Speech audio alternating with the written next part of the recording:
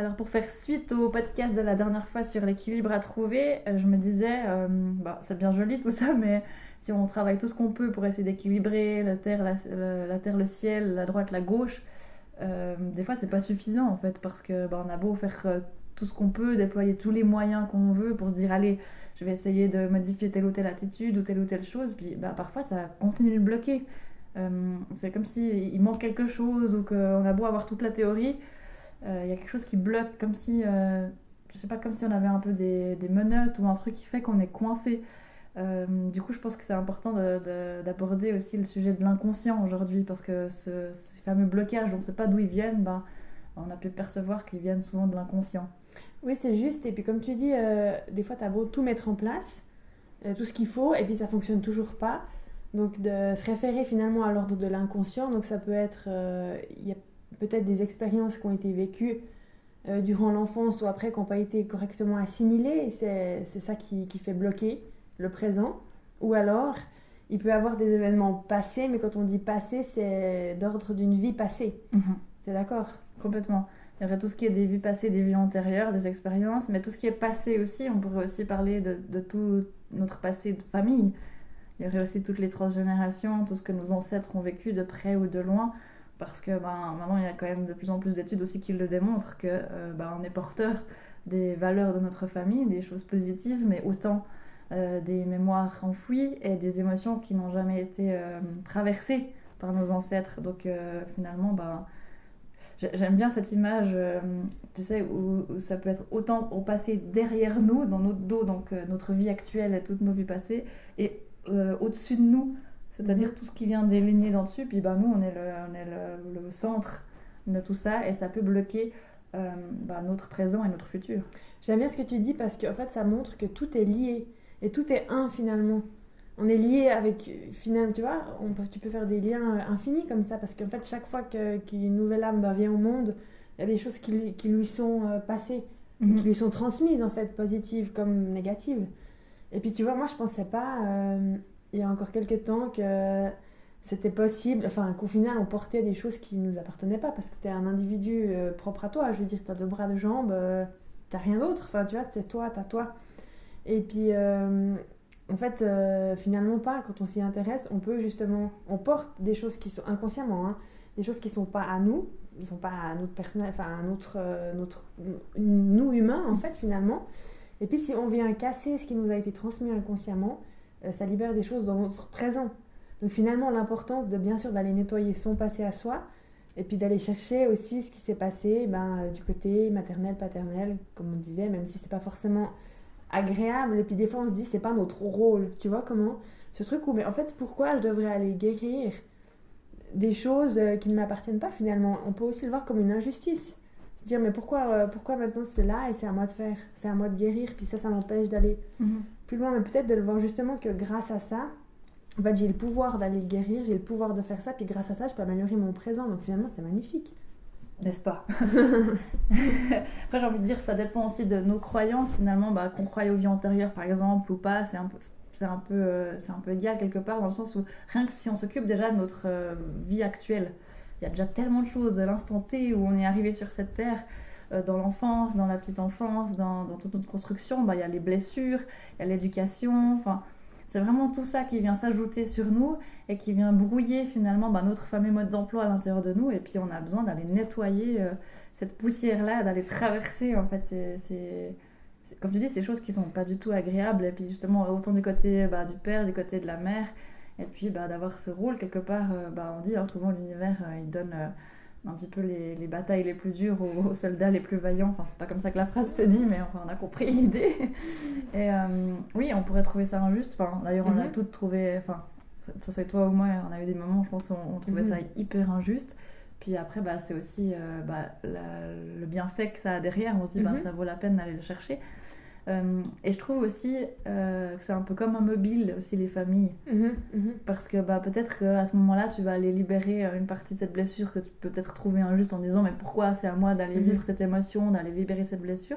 Mais dès le moment où toi tu le fais, comme toute la famille, elle a quand même un rôle important à jouer, bouge, en fait. Ça bouge chez tout le monde. Donc finalement, tu vas voir que tout à coup tu fais ça, mais tes parents, tout à coup, tiens, ils vont aller traverser quelque chose dans leur vie personnelle qui est en résonance avec ce que toi tu viens de faire. Donc quelque part, tout le monde s'aide comme une équipe. Et je trouve que c'est plus léger de le voir comme ça. Oui, puis surtout que, tu vois, tu peux... Par exemple, il y a une personne qui peut... T'as pas besoin que tout le monde le fasse, finalement. Alors, c'est clair que ça serait bénéfique, c'est bénéfique, finalement, pour tout le monde, parce que tu peux pas faire à la place des autres. Mais en toi, le faisant pour toi, eh ben, ça va libérer aussi les autres. Oui. Donc, rien que... Tu vois, un peu le pouvoir aussi de chacun. Ça, c'est chacun, propre à chacun. Tu peux aller guérir des générations qui sont au-dessus de toi, finalement. Tout en guérissant toi-même, tu vois. Absolument. Tu vois un peu. En même temps, c'est quand même bien aussi je trouve, de se rappeler que chacun est aussi responsable de sa propre existence et que je trouve que ça déclenche souvent le travail. Ouais. Et puis après, chacun a son job. Après, les personnes qui sont plus sur cette terre aujourd'hui, ça libère d'une manière aussi différente. Oui. C'est autre chose. Mais quand on est là, on a un autre travail à faire personnellement. Mais effectivement, ça rend les choses aussi plus légères. Ça ouvre les portes au travail de chacun aussi. Je sais pas si tu as remarqué ça. Mais... Oui. Mais je voulais justement aussi rebondir sur le fait de, tu vois, les outils qu'on pourrait utiliser aussi pour finalement, quand tu remarques que c'est de l'ordre de l'inconscient, tu vois, il y a des méditations et des choses que tu peux faire, mais j'ai l'impression que des fois, il faut tellement remonter loin que notre mental, en fait, il ne nous donne pas accès à l'info. Tu vois comment ? Il nous protège. Il protège, en fait. Oui. T'imagines, si, mettons, on prend des exemples de vie antérieure pour ceux qui peuvent y croire. C'est jamais très joyeux. Ce qu'on a besoin d'aller libérer dans les vies, c'est pas qu'on a eu que des vies horribles, mais c'est que ce qui nous bloque aujourd'hui, c'est ce qui est difficile. Donc heureusement que notre ego il est aussi là, parce qu'il va pas nous montrer une image qui nous effraie, il veut aussi nous protéger. Donc c'est aussi d'aller petit à petit, des fois dans une méditation on peut peut-être avoir une image, on n'a peut-être pas non plus toute l'histoire, donc c'est aussi peut-être des fois se faire accompagner aussi là-dedans. Je trouve que des fois c'est aussi s'amuser à... Ça s'entraîne, je trouve, mais à aller sentir un peu les différentes saveurs. Je me souviens, on parlait aussi, par exemple, des rêves. Oui. Des fois, tu sais, on fait ce cauchemar. Ouais. Ce cauchemar horrible. Puis ce truc que tu te réveilles avec et tu te sens trop mal. Ouais. Puis même durant toute la journée ou pendant plusieurs heures, c'est avec toi. Puis tu n'arrives pas à t'en défaire. J'ai pu remarquer quand même avec le temps que c'est souvent des messages de vie antérieure. Alors ne pas prendre comptant comme ça selon le rêve, il faut quand même avoir un tout petit peu de recul et interpréter tranquillement. Mais tiens, là on pourrait se dire quand c'est une saveur qui touche le plus profond de mes entrailles, peut-être que c'est un truc de pas à moi ou pas d'ici. Et puis d'aller reconnaître ça, puis si on n'arrive pas tout seul, c'est pas grave, mais se dire là il y a un truc qui bloque. C'est intéressant ce que tu dis aussi avec le fait d'aller rechercher tout ça. Et puis finalement, peut-être ce qu'il faut souligner, c'est qu'on a tous, c'est pas réservé, tu vois comment ? C'est pas toi t'as accès à ça, moi j'ai pas, toi t'as. En fait, on tout a le monde tous. peut le faire, oui. C'est juste qu'il y a quelque chose, pour des personnes ça sera peut-être plus simple, et puis d'autres personnes il faudra plus travailler, mais tout le monde a accès finalement à ces informations, ou tout le monde a accès à son intuition, tout le monde a accès à ses ressentis. C'est juste qu'il faut, c'est pas nouveau, tu sais, mettre dans des cases, et puis oh non, moi ça marche pas, je comprends rien, puis voilà. Oui, tu vois ? Ou alors moi j'ai besoin de quelqu'un qui Non, pas forcément. Encore une fois, je pense que chacun développe aussi sa manière de faire, puis ça s'entraîne surtout. Oui, plus on est connecté à son corps et à ses émotions, plus on arrive à aller sentir ça. Et surtout que j'ai l'impression qu'on a été conditionné à l'envers en fait, donc il faut déconditionner ça. Déjà accepter le fait qu'on ait tous des capacités comme ça, c'était conditionné, et une fois qu'on a fait le pas, et là aller creuser, aller chercher, aller essayer de comprendre et faire des liens, et puis c'est là que tu trouves réponse. Oui. Et puis j'aime bien parce que dans une méditation, je sais plus ce que j'avais fait, il disait qu'il fallait pas aller remuer le passé, tu sais, on en avait parlé. Oui. Mais en fait, il faut pas aller remuer le passé, mais il est utile pour comprendre les blocages d'aujourd'hui. C'est ça qui est important des fois, parce qu'on se dit oui, il faut pas aller chercher dans le passé, nanana, mais finalement, oui, il y a plein d'infos importantes. En fait, toutes ces infos, elles reviennent dans le présent, donc on va débloquer le passé. C'est pas dire voilà, j'aurais dû faire ci, j'aurais dû faire comme ça. Mais simplement prendre le passé tel qu'il est, le débloquer pour débloquer le présent. Oui. Parce que si on va jamais chercher dans le passé, on comprendrait pas. Tu es d'accord ? Je suis d'accord. Moi j'aime bien dire qu'il y a une différence entre ressasser le passé ou faire un petit plongeon dans le passé et puis revenir à l'instant présent dans le but que son futur soit meilleur aussi.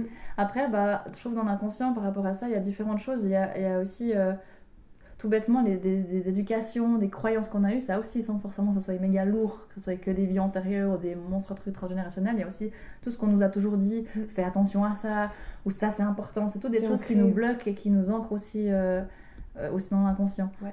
Je sais pas si tu as remarqué ça aussi. Oui, et ce qu'on te dit en fait, tu vois, ça peut être un prof à l'école, ça peut être tout, enfin je veux dire, le cerveau d'un enfant il enregistre finalement.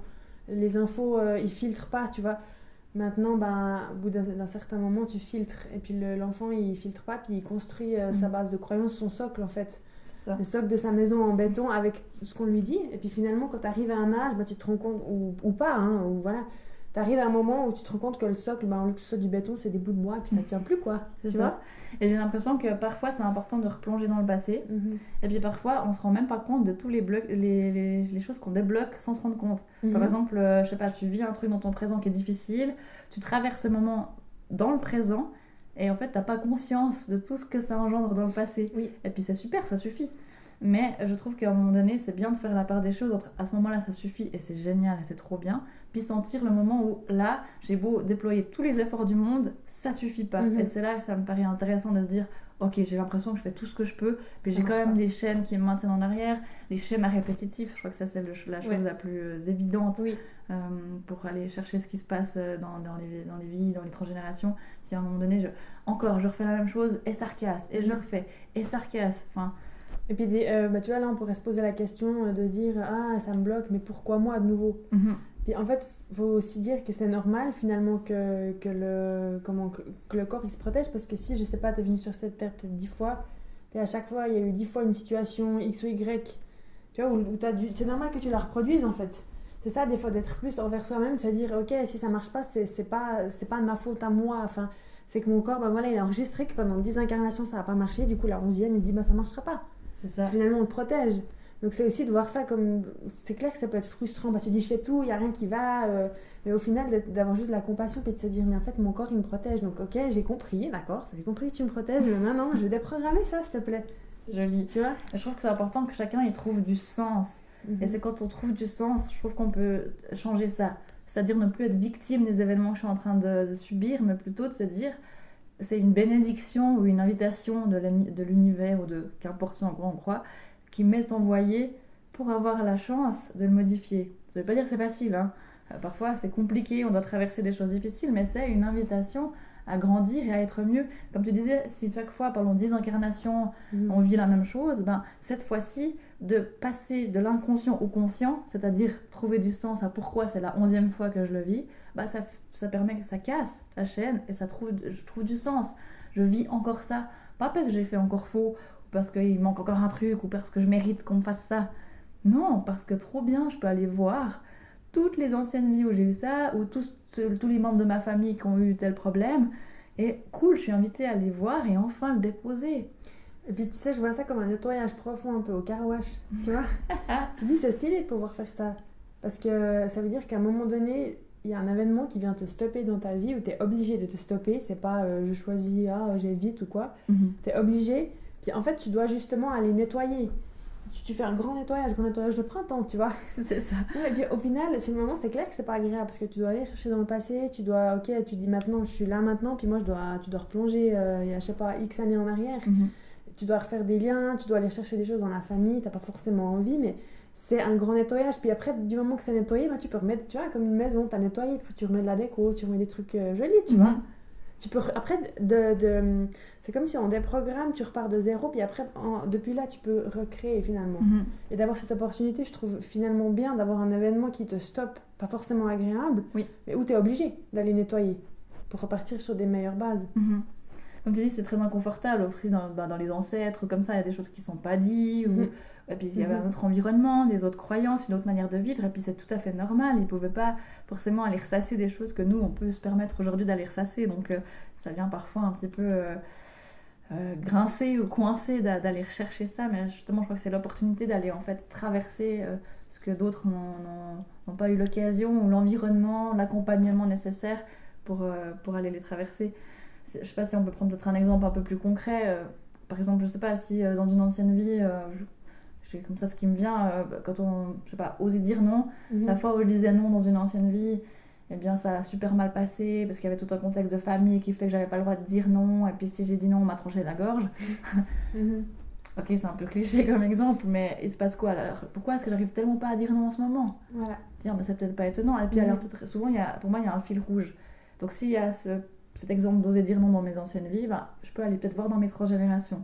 Qui sont tous les ancêtres qui n'arrivent pas à dire non parce qu'ils ont peur du conflit, parce qu'ils ont peur qu'on les laisse de côté. Et pourquoi est-ce que moi, j'arrive pas à dire non à ce moment-là? Et puis peut-être que je peux aller chercher là-dedans et puis sentir, tiens, il y a un tronc commun là-dedans. Et peut-être je peux m'autoriser ensuite à aller dire non. Tu vois, c'est un peu comme si tu joues le détective et puis que tu vas rechercher. Et finalement, c'est ça, hein. Tu vas rechercher avec les infos que tu as finalement plus loin. Puis j'ai l'impression que si tu dois faire ce travail, c'est que tu en es capable aussi. Oui. Parce que t'es pas là, on te laisse avec ça, puis débrouille-toi, en fait, finalement. Après, ça peut aussi faire peur, tu vois, d'aller... Avant, tu parlais de secrets de famille, des choses qui n'ont pas été dites. Tu peux tomber sur des trucs, des fois, t'es là, ok. Super. Faut être prêt quand même à, finalement, même si c'est pas toi qui l'as vécu, il y a des choses qui ressortent qui sont pas forcément toujours très agréables, mais c'est parce que si tu peux l'entendre là et maintenant, c'est que t'es prêt à l'entendre là et maintenant, puis c'est que t'as besoin de libérer ça pour toi avancer. Je crois qu'il y a aussi des moments de vie où c'est fait pour. Parce que dit comme ça, on dirait qu'on doit sans cesse faire l'enquêteur et tout, mais heureusement non, je crois qu'il y a vraiment des moments de vie, des moments charnières où il y a des changements dans notre vie, où on ne sait pas pourquoi tout à coup ça se déclenche, et puis hop, ça part. Des fois on me demande pour les vies antérieures pourquoi c'est maintenant que je libère cette vie alors que je l'ai portée toute ma vie.